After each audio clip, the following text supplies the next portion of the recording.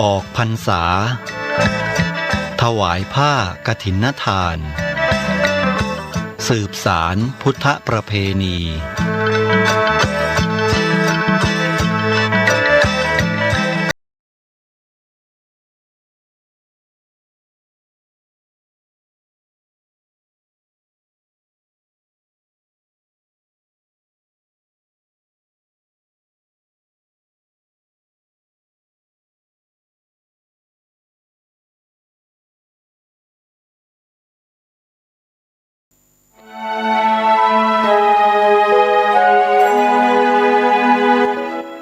เชิญร่วมเป็นเจ้าภาพทอดกฐินสามัคคีสมทบทุนบูรณะปฏิสังขรณ์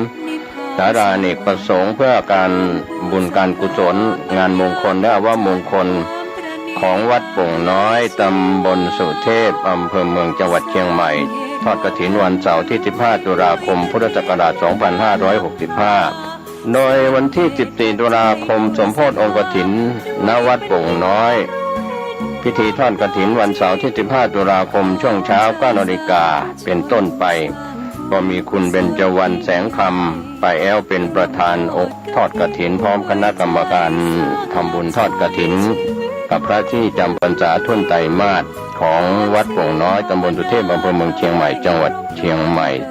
วันเสาร์ที่15ตุลาคม2565สูงยิ่งบุญทอดกฐินกฐินทานวัดดอนจันทร์อำเภอเมืองจังหวัดเชียงใหม่ขอเชิญร่วมงานพิธีเทวาภิเษกวันปิยมหาราชรัชกาลที่5ระหว่างวันที่ 21 ถึง 23 ตุลาคม 2565 ขอเชิญผู้มีจิตศรัทธาร่วมบริจาคดอกกุหลาบสีแดงขาวชมพูเพื่อจัดถวายที่วิหารร5และวันที่ 23 ตุลาคม 2565 ขอเชิญร่วมพิธีทำบุญตักบาตรสืบชะตาพิธีพุทธาภิเษกตะกรุดดินเผาปีที่ 3 ตั้งแต่เวลา 7:30 นาทีเป็นต้นไปติดต่อถวายโรงทานณวัดดอนจันทร์อำเภอเมืองจังหวัดเชียงใหม่โทร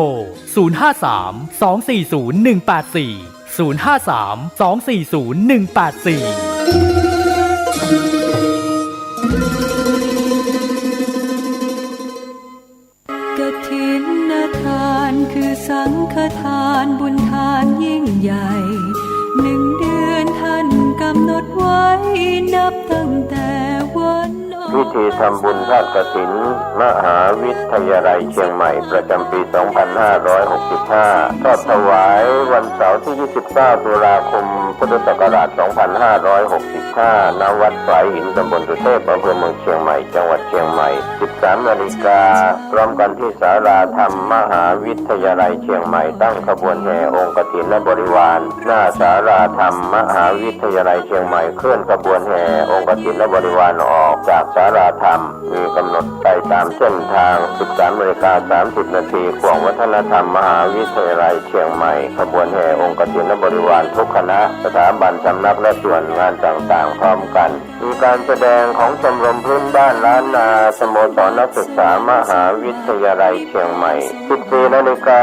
เคลื่อนขบวนแห่องค์กฐินและบริวารเข้าสู่วัดสายหินประธานในพิธีจุดธูปเทียนบูชาพระรัตนตรัยไหว้พระสมาทานเบญจศีลกล่าวคำถวายผ้ากฐินแด่พระสงฆ์น้อมผ้ากฐินถวายพระสงฆ์อัปโลกกฐินถวายทายธรรมแด่พระสงฆ์กรรมการสภามหาวิทยาลัยอธิการบดีรองอธิการบดีผู้ช่วยอธิการบดีประธานกรรมการส่งเสริมมหาวิทยาลัยคณบดีผู้อำนวยการสถาบันสำนักศูนย์กองประธานสภาพนักงานมหาวิทยาลัยนายกสโมสรมหาวิทยาลัยนายกสโมสรนักศึกษามหาวิทยาลัยตามลำดับถวายทายธรรมแด่พระสงฆ์อนุโมทนากรวดน้ำรับพรลาพระสงฆ์ 15:30 นาทีประกาศผลรางวัลการประกวดขบวนกฐินก็เป็นข่าวสารงานทำบุญทอดกฐินมหาวิทยาลัยเชียงใหม่ประจำปี 2565 ตรงกับวันเสาร์ที่ 29 ตุลาคม 2565 ก็ถวายกับพระคุณเจ้าที่จำพรรษาท่วนไตรมาสวัดสายหินต ำบลสุเทพอำเภอเมืองเชียงใหม่จังหวัดเชียงใหม่ขอเชิญท่านร่วมบุญร่วมกุศลติดต่อได้ที่มหาวิทยาลัยเชียงใหม่และวัดสายหินที่จะร่วมทำบุญในคราวครั้งนี้ได้ความสุขกายสุขใจโดยทั่วหน้ากันสร้างเหตุปัจจัยด้วยศรัทธาด้วยปัญญารู้เห็นทำตามจริงขอเชิญสาธุชนสร้างบุญกุศลยิ่งใหญ่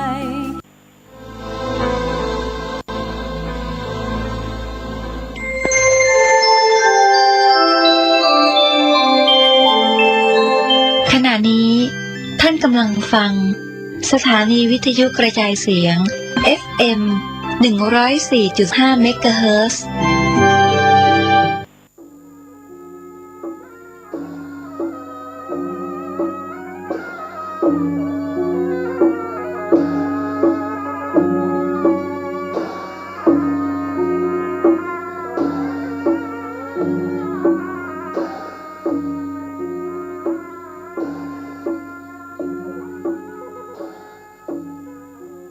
ผู้เจริญในศีล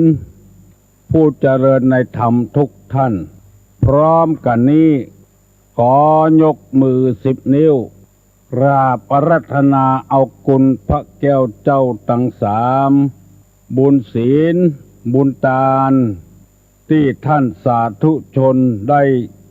ปฏิบัติมาในอดีตและกำลังจะทำปัจจุบันนี้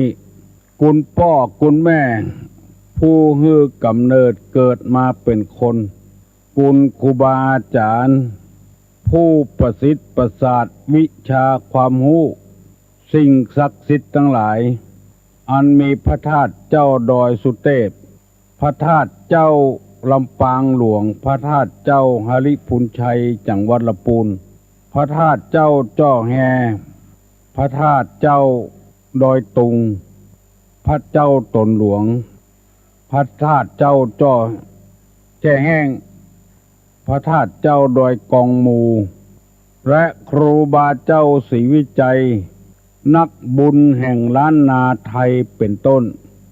ขอยกมือ10 นิ้วกราบอาราธนามาปกปักรักษาพ่อแม่พี่น้องลูกหลานเหลนวงศาคณาญาติทั้งสายโลหิตและญาติธรรมข้าราชการทหารตำรวจครูบาอาจารย์พ่อค้าพาณิชย์คนขับรถรับจ้างตลอดถึงนายจ้างลูกจ้างท่านผู้ฟังรายการนี้ทุกท่านเพื่อมีความสุขกายและสุขใจตลอดถึงพระสงฆ์พระเจ้าผู้เจริญในศีลในธรรมเพื่อสบายกายสบายใจตลอดกาลนานก่อนที่จักได้ดำเนินรายการต่อไปนี้ขออาราธนาและเชิญชวนท่านผู้ฟังทั้งหลายได้ประนมมือขึ้นไหว้พระพุทธพระธรรมพระสงฆ์เพื่อให้เกิดความเป็นสิริมงคลคารโวจะนิวาโตบูชาจะปูชนียานังการคารวะก็ดีการบูชาสิ่งที่ควรบูชาเป็นมงคลนั้นประเสริฐว่าพร้อมกันเนออะระหังสัมมาสัมพุทโธภควาพุทธังภควันตังอภิวาเทมิกราบสวากขาโตภควตาธัมโมธัมมังนัมมัสสามิกราบสุปฏิปันโนภควโตสาวกสังโฆสังฆังนะมามิกราบหันธัมมัยยังพุทธัสสะภควโตบุพภาคณะมะกะลังกะโลมะเสนะโมตัสสะภะคะวะโตอะระหะโตสัมมาสัมพุทธัสสะนะโมตัสสะภะคะวะโตอะระหะโตสัมมาสัมพุทธัสสะ นะโมตัสสะภะคะวะโตอะระหะโตสัมมาสัมพุทธัสสะพุทธังสรณังกัจฉามิธัมมังสรณังกัจฉามิสังฆังสรณังกัจฉามิตุติยัมปิพุทธังสรณังกัจฉามิตุติยัมปิธัมมังสรณังกัจฉามิตุติยัมปิสังฆังสรณังกัจฉามิตติยัมปิพุทธังสรณังกัจฉามิตติยัมปิธัมมังสรณังกัจฉามิตติยัมปิสังฆังสรณังกัจฉามิอิติปิโสภะคะวาอะระหังสัมมาสัมพุทโธวิชชาจารณะสัมปันโนสุขโตโลกาวิทูอนุตตโลปุริสะธัมมสารถิสัทธาเทวะมนุษสานังพุทโธภควาติสวากขาโตภควตาธัมโมสันติติโกอากาลิโกเอหิปัสสิโกโอปนะยิโกปัจจัตตังเวทิตโพวินโยหิติสุปฏิปันโนภควโตสาวกสังโฆอุจุปฏิปันโนภควโตสาวกสังโฆญาญาปฏิปันโนภควโตสาวกสังโฆสามิจิปฏิปันโนภควโตสาวกสังโฆญาติตังจัตตาลิปุริสายุคานิอัฏฐาปุริสาปุคลาเอสาภะคะวะโตสาวกสังโฆอาหุไนโยปาหุไนโยทักขิไนโยอัญจริกาลนิโยอนุตตรังปุญญเขตังโลกัสสาติกราบหนึ่งกราบสองกราบสามกาเลนะธัมมัสสวนังเอตัมมังคารมุตตะมังแปลว่าการฟังธรรมตามการเวลาเป็นมงคลอันประเสริฐมาแล้วนึพ่อออกแม่ออกมาแถมแล้วอันยังมาเสียงก้องเสียงก้องเสียงมองต่ำเข้าเสียงตุเจ้าเทศนาธรรมมาถึงในวัดมาถึงกุฏิท่านมหาท่านพ่อครูท่านปลัดท่านใบดิกาท่านสมุมาถึงท่านอาจารย์มาถึงในบ้านมาถึงในเฮือนมาถึงในมุ้งในสุดมาถึงเฮือนเตาไฟถึงห้องน้ำมาถึงในรถในลามาถึงในกาดในลีมาถึงในไร่ในสวนเสียงธรรมะเมื่อเจ้ามาถึงกุฏิกุฏาง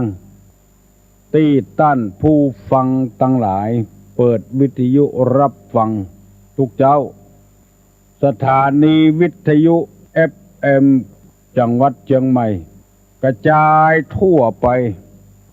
ถึงในบ้านในจอง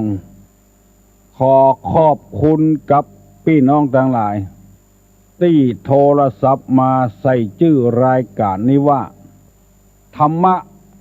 ไร้สารพิษก็มีธรรมะ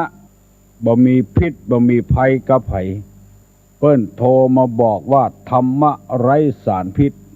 ว่ามีสารแปลกปลอมมีแต่ปุ๋ยธรรมชาติทั้งนั้นก็เข้าท่าดีแต่ว่ารายการของเฮานี่ติดมาเมินแล้วธรรมะกับประชาชน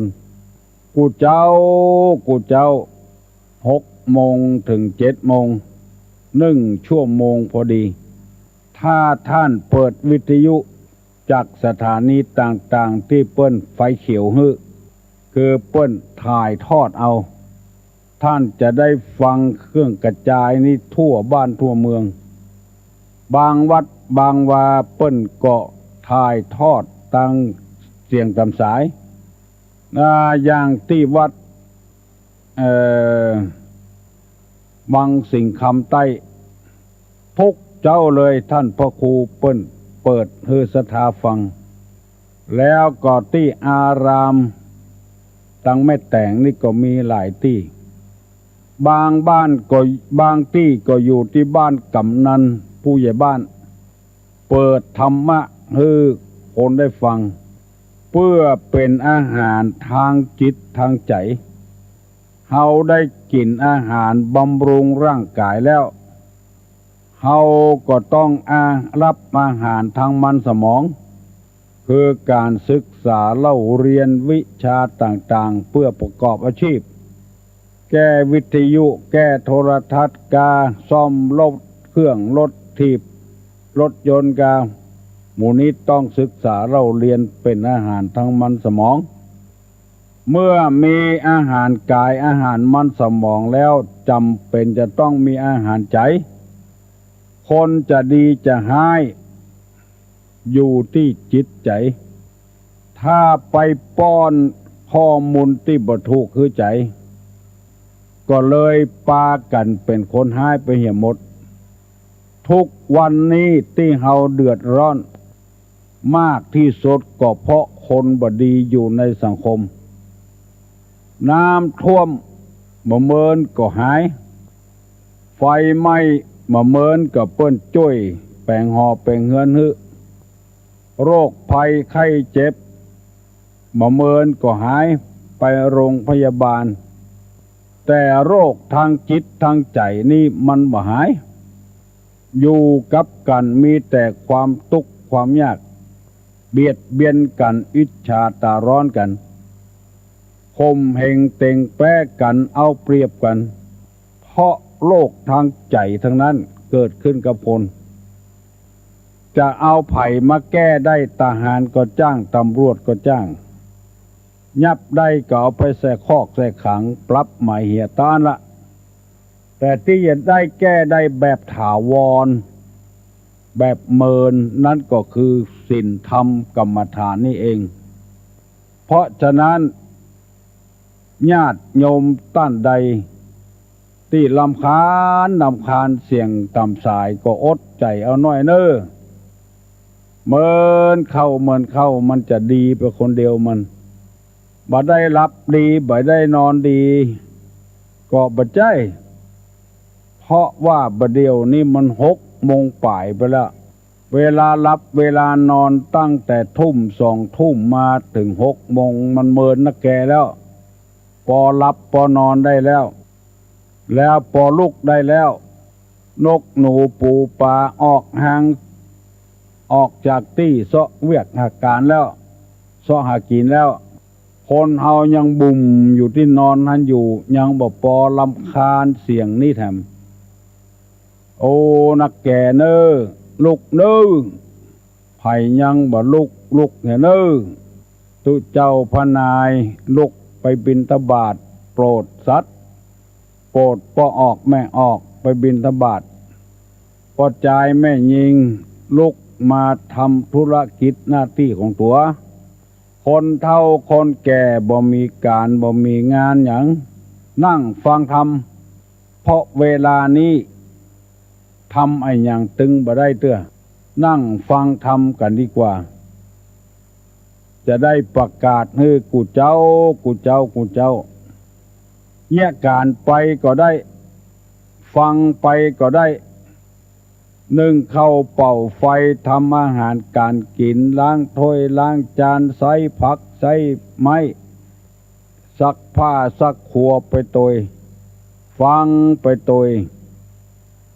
แล้วประโยชน์จะเกิดขึ้นกับท่านทั้งหลายอย่างมหาศาลถึงวันที่เฮาเรียกร้องนี้ก็คือเรียกร้องขอความเป็นธรรมเมื่อเฮาต้องการความเป็นธรรมแล้วเฮาก็ต้องฟังธรรมฟังจากไผสถานีไหนก็ได้สุดแล้วแต่ความชอบใจของเฮาบ่ได้บังคับบ่ได้บัญชากันหรือเฮาบ่ฟังเปลี่ยนไปสถานีอื่นฟังเพลงเหียฟังอันหยังก็ได้ที่มันมีสาระมีประโยชน์เฮาจะได้ป้อนข้อมูลที่ถูกต้องเข้ามันสมอง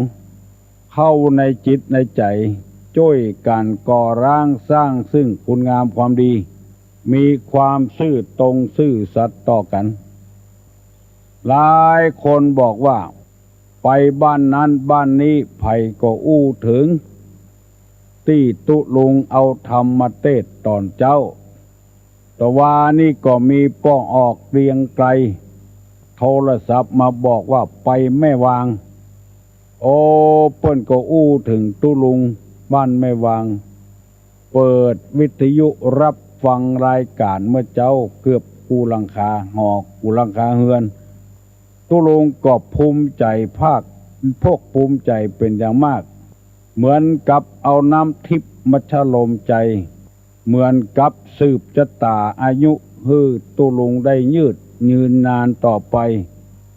มีโอกาสได้แสดงธรรมฮือท่านทั้งหลายฟังเมื่อตะวานี้เอาเรื่องศีลมาเล่าฮือท่านทั้งหลายฟังว่าศีลนี้มีความเจใดความสำคัญเจใดศีลแปลว่าปกติศีลแปลว่าเย็นศีลแปลว่าเครื่องรักษากายรักษาใจให้เรียบร้อยกายวาจาใจให้เรียบร้อยคำว่ารักษานี่ก็คือรักษาบ่ให้กายไปก่อกรรมทำชั่วปาก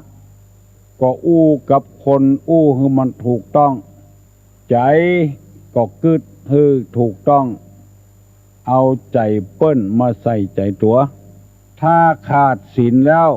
มันจะบ่รักษากายมันจะบ่รักษาใจบ่รักษากำปากเฮาสังเกตพอคนที่ปากไปเลยเพราะคนบ่มีศีลโกหกพกลมจุไปเลยได้ยินวิทยุประกาศคนต่างบ้านมาอยู่บ้านเฮา2 รายก่อนที่ฟังแต่ว่ารายหนึ่งมาขอเป็นแม่บ้านฮือเปิ้นซักผ้าซักครัวล้างถ้วยล้างจ้อนถูบ้านถูจองบ่กี่วันไขตู้เซฟไขตู้เอาของที่มีราคาเจ้าของบ้านหนีไปหาแซบเดือดร้อนก่อนจนประกาศว่าภัยหูเบาะแสเปิ้นจะฮื้อ100,000ตึงตู้เซฟตึงอย่างเงินมันจะเป็นล้าน2 ล้านถ้ามีอย่างอี้แหกูคนแล้วบ้านเมืองบ่ปกติสุขแล้วมันลักมันจกของกันบ่ซื่อสัตย์บ่ซื่อสุจริตเพราะไปได้ข้อมูลที่บ่ถูกต้องเอามาใส่สมองเอามาใส่จิตใส่ใจเป็นลูกจ้างเปิ้นบ่กี่วันเอาเข้าเอาของเอาครัวเปิ้นนี่ให้แซ่บรายการต่อมานั้นก็คือไปเป็นเจ้านายไปเป็นคนทรงไปเป็นคนทรงเจ้าเข้าผีมีคนเชื่อเคารพนับถือก็เอาสตางค์เปิ้นมาใจหลายรายละเป็นคนต่างชาติคนเอาก็ไปหลงกับคนเชื่อนั้นว่าหมู่นี้เป็นต้นเพราะคนบดีอยู่กับสังคมอยู่กับบ้านเฮาเมืองเฮาอยากจะให้ทุกคนเป็นคนดีเอาธรรมะธรรมโมเอาศีลเนี่ยเป็นเครื่อง ปฏิพฤติปฏิบัติถ้ามีศีลแล้วมันจะปกติมันจะบ่วุ่นวายบ่เดือดร้อนถ้ามีศีลแล้วมันจะเย็นมันบ่ร้อนพอผัวเมียกู้ใดถ้ามีศีลแล้วปกติครั้งแรกฮักอย่างใดตั้งฝ่ายก็ฮักอย่างอันอยู่กับกันกุมเท่าเต้าตายถ้ากู้ใดบ่มีศีลบ่มีเครื่องรักษากายปากและใจให้เรียบร้อยกู้นั้นจะฮ้อนด่ากันแจ้งกันบุบกันตีกันนอกอกนอกใจกันพันต่างหากวันนี้จะนำเอาเรื่องศีลมาเล่าให้ท่านทั้งหลายฟังว่าคนบอกว่าพ่ออุปมาเปรียบเทียบของศีลนี้ข้อแรกได้อธิบายไปแล้วเมื่อตะวานี้ว่าศีลเป็นกำลังอันหาที่เปรียบเทียบบ่ได้คนใดมีศีลคนนั้นจะมีกำลังมากกำลังที่ว่านี้ไม่ใช่ว่ากำลังกายตีลูกกุยชนะตลอดเตะฟุตบอลชนะตลอดล่นแข่งเปิ้นชนะกันตลอดไม่ใช่อย่างนั้นกำลังที่ว่านี่คือกำลังของศีลผู้ใดมีศีลมีธรรมจะมีกำลังมหาศาลอันหาอย่ามาเปรียบเทียบบ่ได้เพราะว่าอันใดเป็นอันนั้นปากเนี่ยจะใดเป็นอันนั้นมีคนช่วยเหลือถ้าบ่มีศีลแล้วมันบ่มีกำลังหลายแล้วก่อสร้างห้างแปลงอย่างขึ้นมาหาดไปหมดเพราะคนที่แนะนำเป็นคนนำนั้นบ่มีศีลได้สตางค์จากที่อื่นมาแทนที่จะเอามาก่อสร้างห้างแปลงเอาไปเนี่ยอย่างอื่นเนี่ยกระจายเงินไปเนี่ยอย่างอื่นเนี่ยถ้ามีศีลอยู่ในจิตในใจแล้วแปลงไอ้อย่างก็สำเร็จอันนี้เขาหมายถึงว่าตุเจ้าพนาย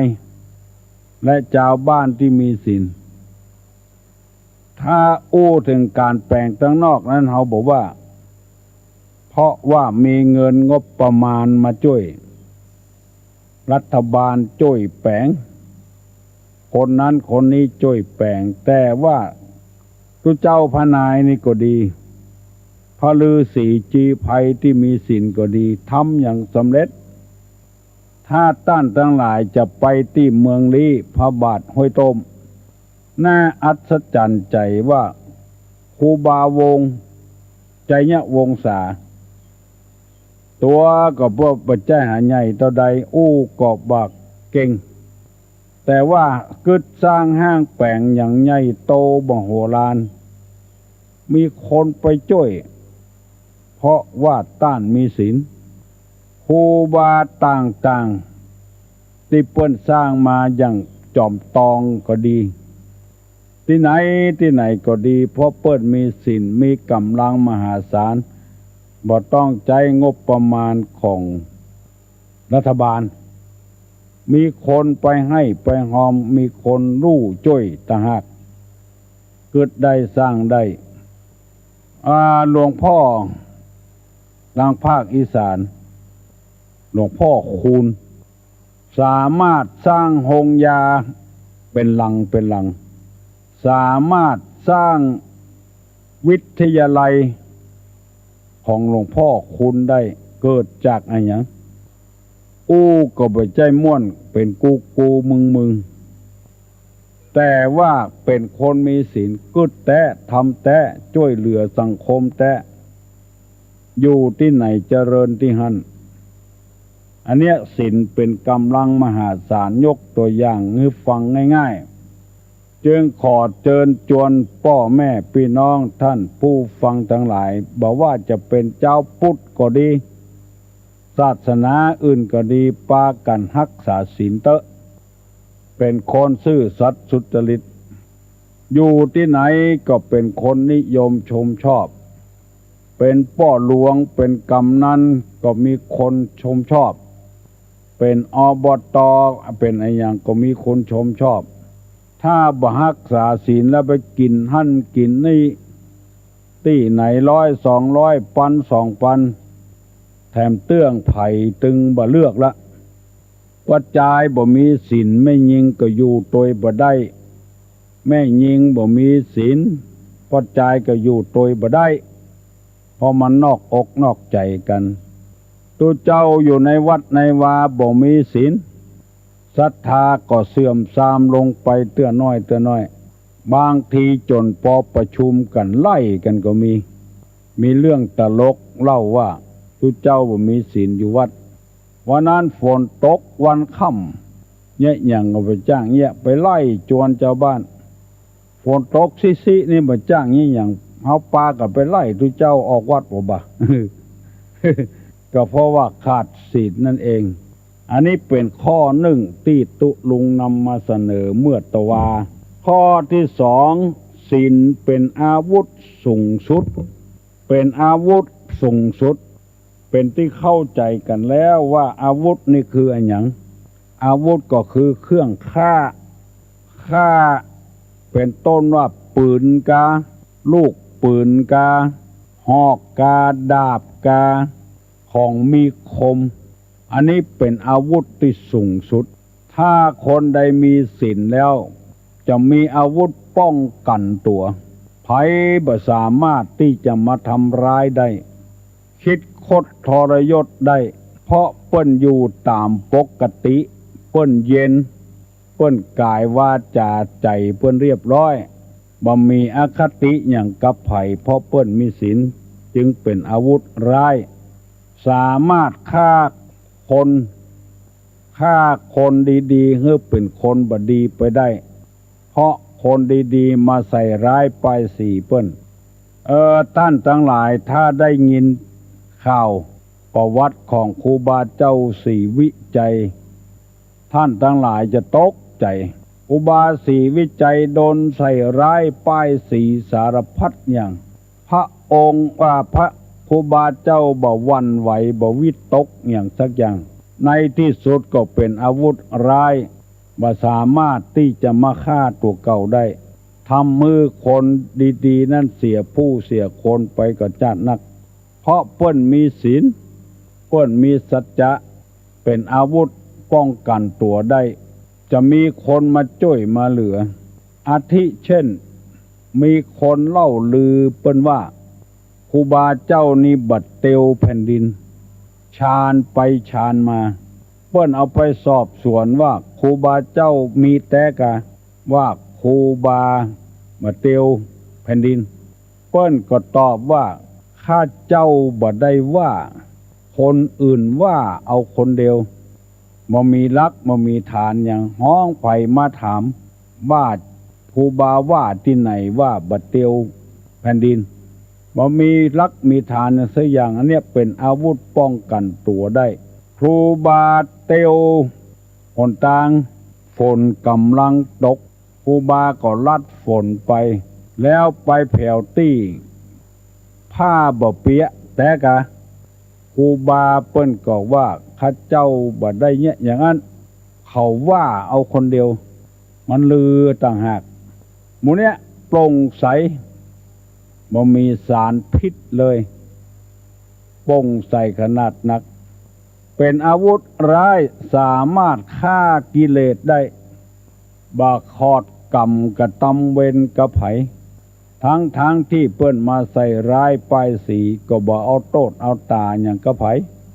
บ่ฟ้องกลับบ่ฟ้องคืน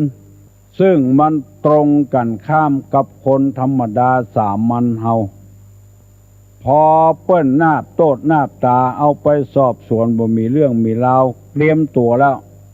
ฟ้องกลับแต่ว่าครูบานี่บ่เนี่ยอย่างอันคนมีศีลบ่เนี่ยจะอันใส่โทษใส่ตาเรื่องในอดีตการก็มีมาจัดนัก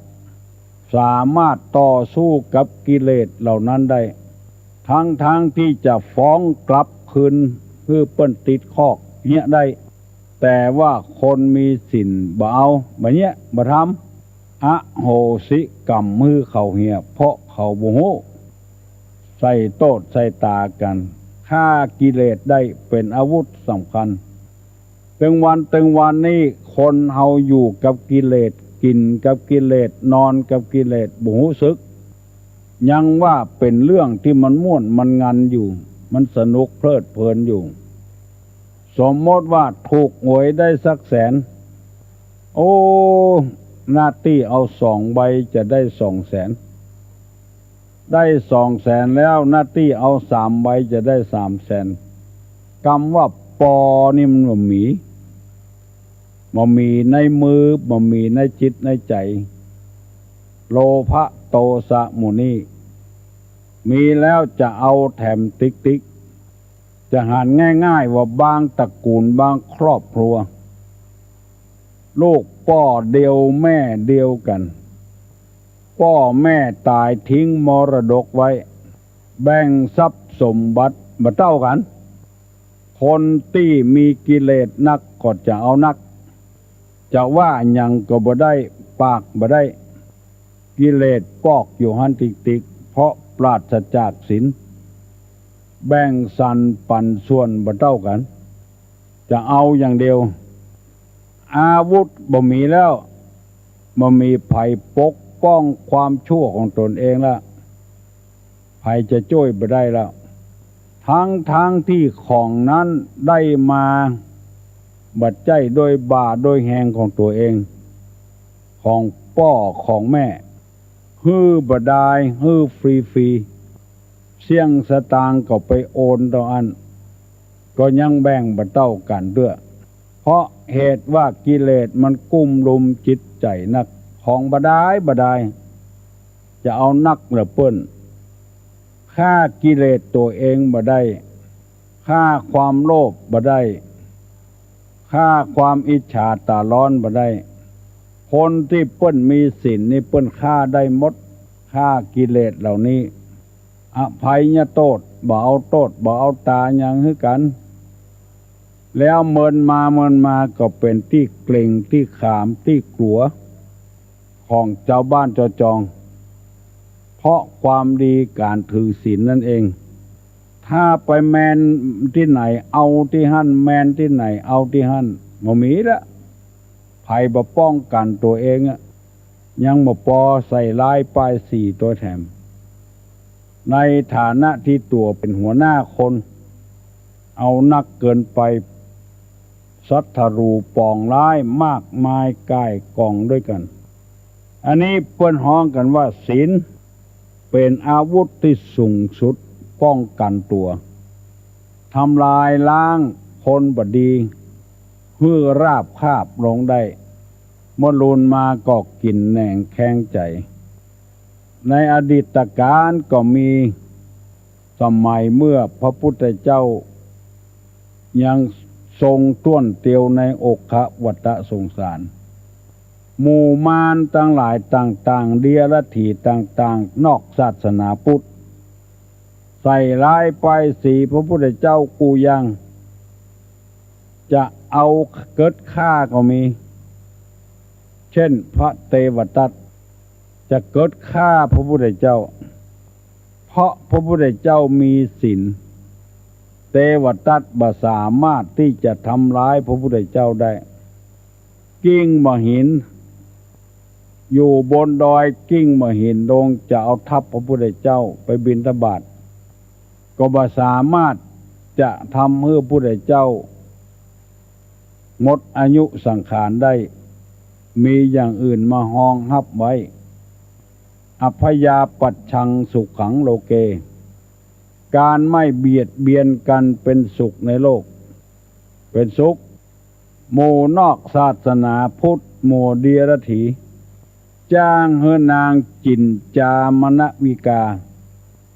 นาบโตดว่านางจินจาเนี่ยเป็นนอนกับพระพุทธเจ้าที่วัดเจตวันเมื่อค่ำเข้าไปในวัดคือคนพอแจ้งเมื่อเจ้าแปลงผมสุหุยออกวัดมาคนถามว่าไปที่ไหนมาบอกว่าเรื่องของข้าคล้ายๆกับว่าไปนอนตอยพระพุทธเจ้ากูคืนพระพุทธเจ้ามีศีลวันหนึ่งพระพุทธเจ้ากำลังแสดงธรรมให้แก่ เจ้าบ้านเจ้าจองอยู่เทศทำอยู่อย่างเขาฟังกันมาเดียวเนี้ยนางจินจามนวิกาเอาต้นไม้เขามัดติดต้องแล้วไปจี้หน้าพระพุทธเจ้าว่าเทศให้คนอื่นฟังเป็นอย่างลูกอยู่ในต้องนี่บ่ฮับผิดบ่ฮับชอบเอาตัวป้นไปเหี่ยคนเดียวเจ้าบ้านเจ้าจองก็ตกใจกันหมดว่านางมีต้องกับพระพุทธเจ้าพุทธเจ้าก็ใจดีใจเย็นว่านางเอ๋ยอันที่ต้องของนางนั้นมันเป็นเรื่องเฮาสองคนเรากำลังแสดงธรรมให้คนส่วนมากฟังอยู่เฮาก้อยอู้กันมะลุนสักกรรมหนึ่งที่เฮาได้ยินกันว่าพญาอินทร์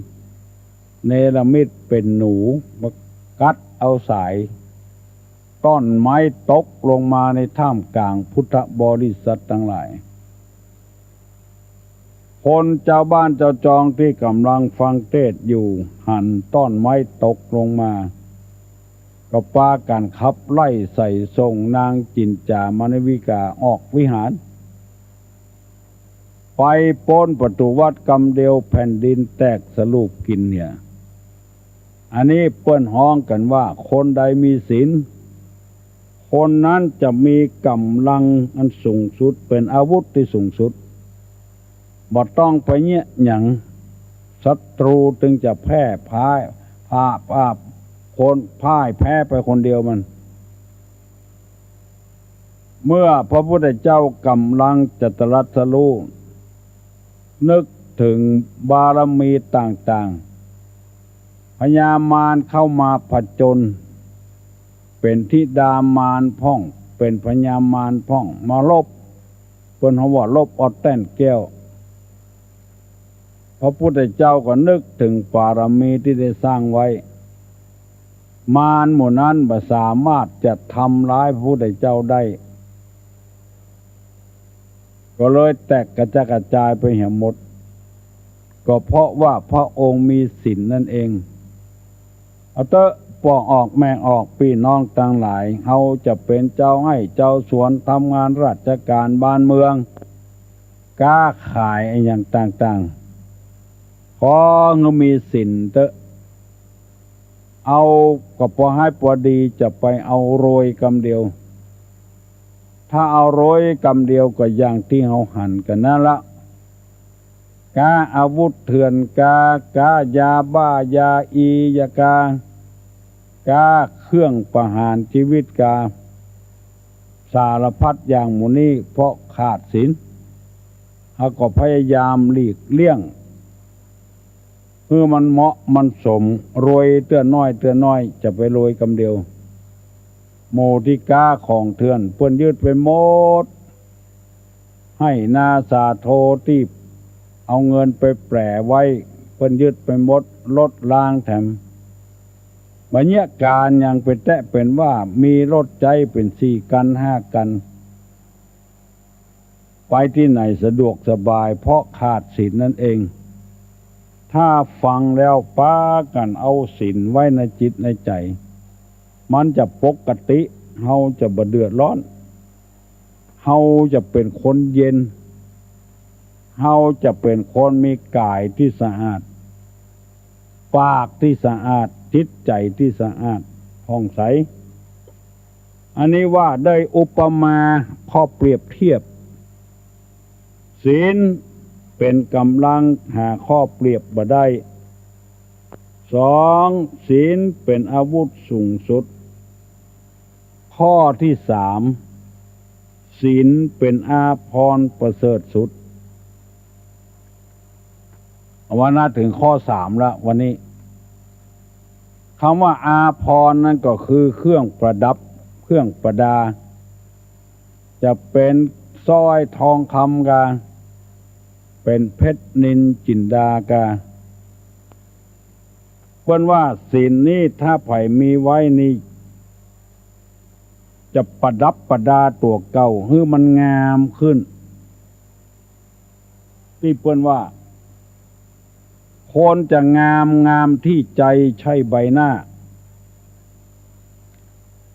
คนจะสวยสวยจัญญาที่ใช่ตาหวานคนจะแก่ความรู้ยืนอยู่นานคนจะโรยด้วยศีลทานใช้บ้านโตคือหมายความว่าคนใดมีศีลไว้ในใจมันจะเป็นเครื่องประดับประดาตัวเองให้มันหอมคำว่าหอมนี้บ่ได้หมายความว่ามีกลิ่นหอมอย่างน้ำหอ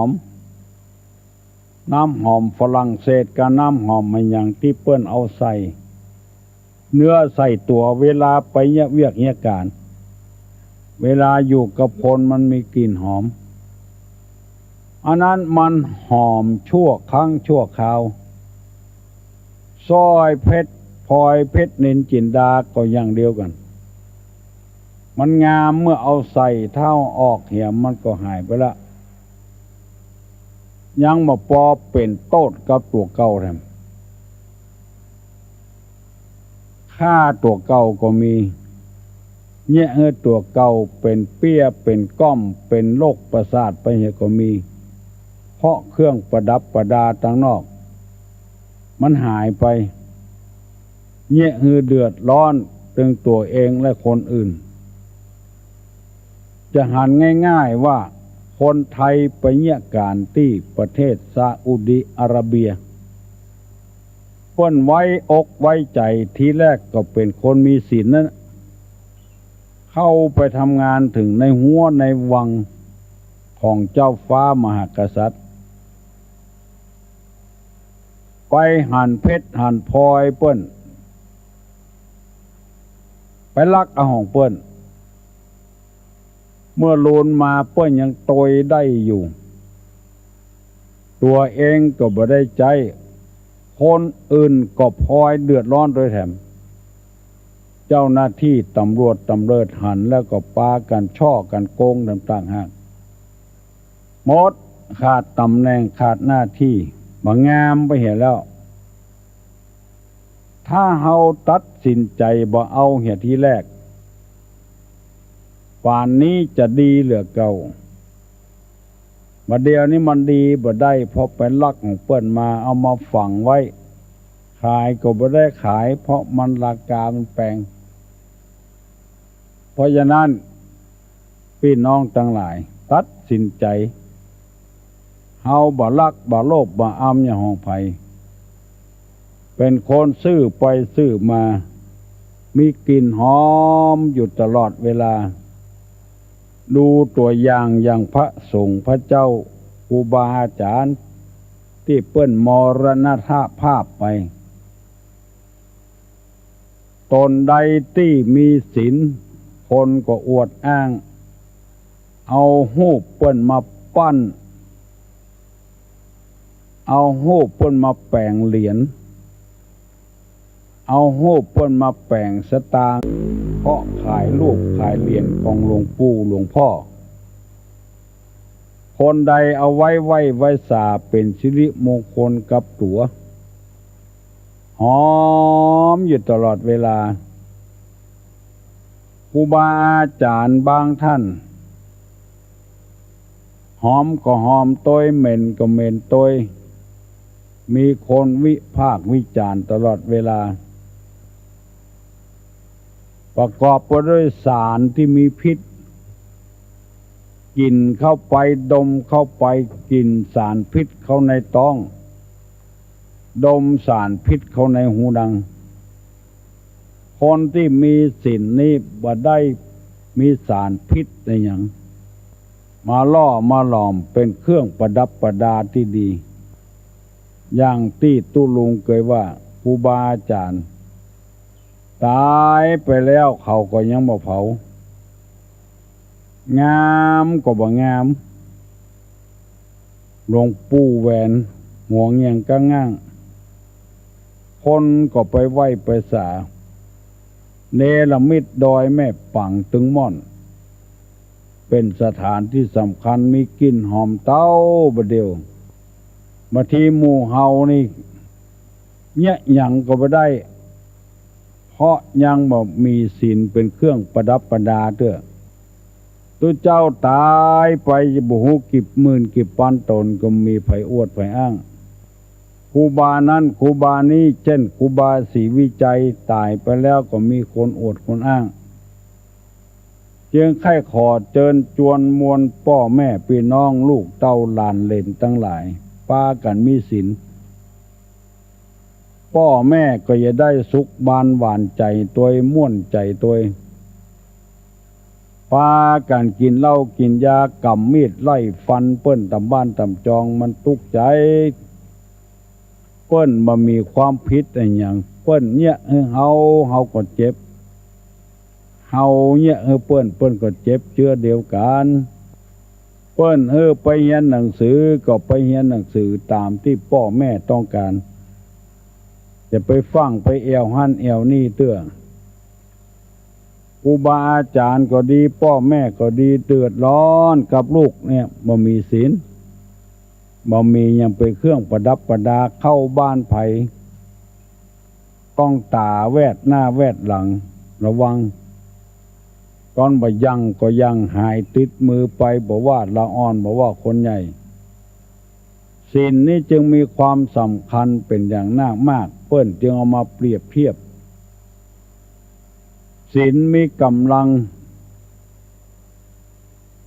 ศีลเป็นอาวุธป้องกันศีลเป็นอาภรณ์เครื่องประดับประดาเป็นเสื้อเป็นผ้าที่เฮาใส่มันวันเดียวมันก็มีกลิ่นเหม็นละแต่คนใดมีศีลนี่มันบ่เหม็นมันหอมมีอยู่ตลอดเวลายิ่งเท่าก็ยิ่งหอมยิ่งแก่ก็ยิ่งหอมมันบ่มีมลภาวะบ่มีสารเร่งอะไรอย่างก็ใส่อันแดบมีสารเร่งนั้นนักแกอยู่พ่องมีแตะบ่มีแตะบ่ฮู้พ้นกะหันแล้วเชื่อพ่องบ่เชื่อพ่องคนที่มีศีลแล้วเปิ้นถึงถลำถลายเข้าไปคนเดียวเปิ้นบ่ใจว่าหลงอย่างงมงายมันหอมกระจายไปทั่วบ้านทั่วเมืองอย่างบ้านเฮาเมืองเฮาเนี่ยมีเจ้าฟ้ามหากษัตริย์ผู้ทรงศีลดังไปทั่วโลกเลยเมืองไทยเมืองน้อยๆบ่ได้มีพระมหากษัตริย์ดังไปทั่วโลกมีศีลเป็นเครื่องประดับประดาภัยมาก็ต้องไปไหว้ไปศาลพระเจ้าอยู่หัวเฮียก่อนเปิ้นบ่สร้างความเดือดร้อนหรือไผบ่มีพระประวัติที่ร้ายกาจกับเจ้าบ้านเจ้าเมืองอันเนี้ยมีกลิ่นหอมกระจายไปทั่วบ้านทั่วเมืองวันนี้ตุ้ลุงจะอธิบายได้3ข้อได้อีกก่อนยังจะมีทำอยู่ข้อหนึ่งและอุปมาไปเรื่อยๆฟังแต่เนอะมาใจมาสั่งมาสอนคือเอากรรมของเปิ้นที่เปิ้นเขียนไว้ตุ้ลุงไปอ่านเขาใส่ไปเฮียนมาไว้เอามากระจายให้ชาวบ้านชาวจองเนี่ยมันเป็นความจริงแต่นะถ้าคนบ่มีศีลอยู่ที่ไหนมันเดือดร้อนที่หั่นวุ่นวายที่หั่นชมรมก็จ้างสมาคมก็จ้างองค์กรต่างๆมันเป็นที่สังเกตของคนทั้งหลายถ้าศีลมีที่ไหนเป็นเครื่องประดับประดาเป็นคดเอามาอยู่ในเปอะในตุ่มคนก็คดเอามาขอขอบคุณกับญาติกับโยมกุคนที่ว่าง่ายสอนง่ายโสวัจจะสตาความเป็นผู้ว่าง่ายสอนง่ายสำหรับวันนี้พนมมือขึ้นตุลุงจะฮือปอนแล้วอายุวัฏโกธนวัฏโกสิริวัฏโกยัสสะวัฏโกพละวัฏโกวันนะวัฏโกสุขวัฏโกโหตุสัพพตา ทุกขโลกาพญาเวลาโสกาจันตุจุปัตตวาอเนกาอันตรญาปิวินาสันตุจเตจสาใจยะสิทธิธนังลาพังโสถีภกยังสุขังพลังสิริอายุจวันโนจะโพกังวุธีจยะสวาสตาวาสาจะอายุจจีวะสิทธิภวันตุเตวุธาปจายโนจตาโลธรรมาวัฏันติ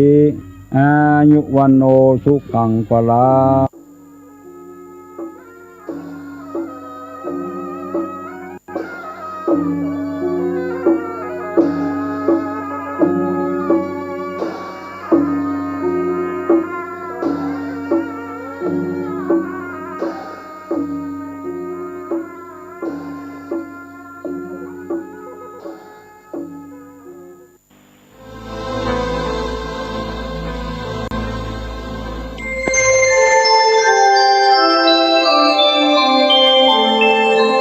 ขณะนี้ท่านกำลังฟังสถานีวิทยุกระจายเสียงพระพุทธศาสนา FM 104.5 เมกะเฮิรตซ์ กฐินทานคือสังฆทานบุญทานยิ่งใหญ่1 เดือน ข่าวสารเพื่อการประชาสัมพันธ์ขอเชิญชวนศรัทธานักศีลนักบุญทั้งหลายร่วมงานทำบุญทอดกฐินสามัคคีของวัดร้องอ้อตำบลสันพิเชื่ออำเภอเมืองจังหวัดเชียงใหม่ตรงกับวันอาทิตย์ที่6 พฤศจิกายนพุทธศักราช 2565 ขึ้น 13 ค่ำเดือนยี่ทอดถวายกับพระสงฆ์ที่จำพรรษาท่วนไตรมาสของวัดร้องอ้อเวลา 9:30 นาทีเป็นต้นไปขอเชิญชวนร่วมงานบุญกฐินสามัคคีของวัดร้องอ้อตำบลสันพิเชื่ออำเภอเมืองเชียงใหม่จังหวัดเชียงใหม่ตรงกับวันอาทิตย์ที่6 พฤศจิกายน 2565 ช่วงเช้า 9:30 นาทีได้บุญได้กุศลโดยพร้อมเพรียงกันสร้างมนุษย์สมบัติสวรรค์สมบัตินิพพานสมบัติเพิ่มพูนสัน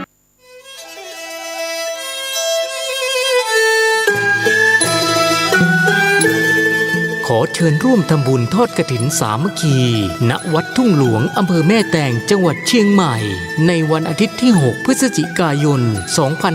2565 พิธีการดังนี้ 9 นาฬิกาเริ่มพิธีกล่าวองค์การบวงสรวง 10 นาฬิกา 9 นาทีพระสงฆ์เจริญชัยมงคลคาถาห่มผ้าพระธาตุ 10 นาฬิกา 30 นาทีทอดกฐินสามัคคีแด่พระสงฆ์จำพรรษาจำนวน 5 รูปขอเชิญร่วมทำบุญกฐินได้ที่บัญชีธนาคารกรุงเทพสาขาตลาดแม่มาลัยชื่อบัญชีพระอธิการอินคำทิตะปุญโญเลขที่ 458-016-9367 หรือสอบถามเพิ่มเติมได้ที่พระสมศักดิ์ปัญญาวโรโทร 0819196632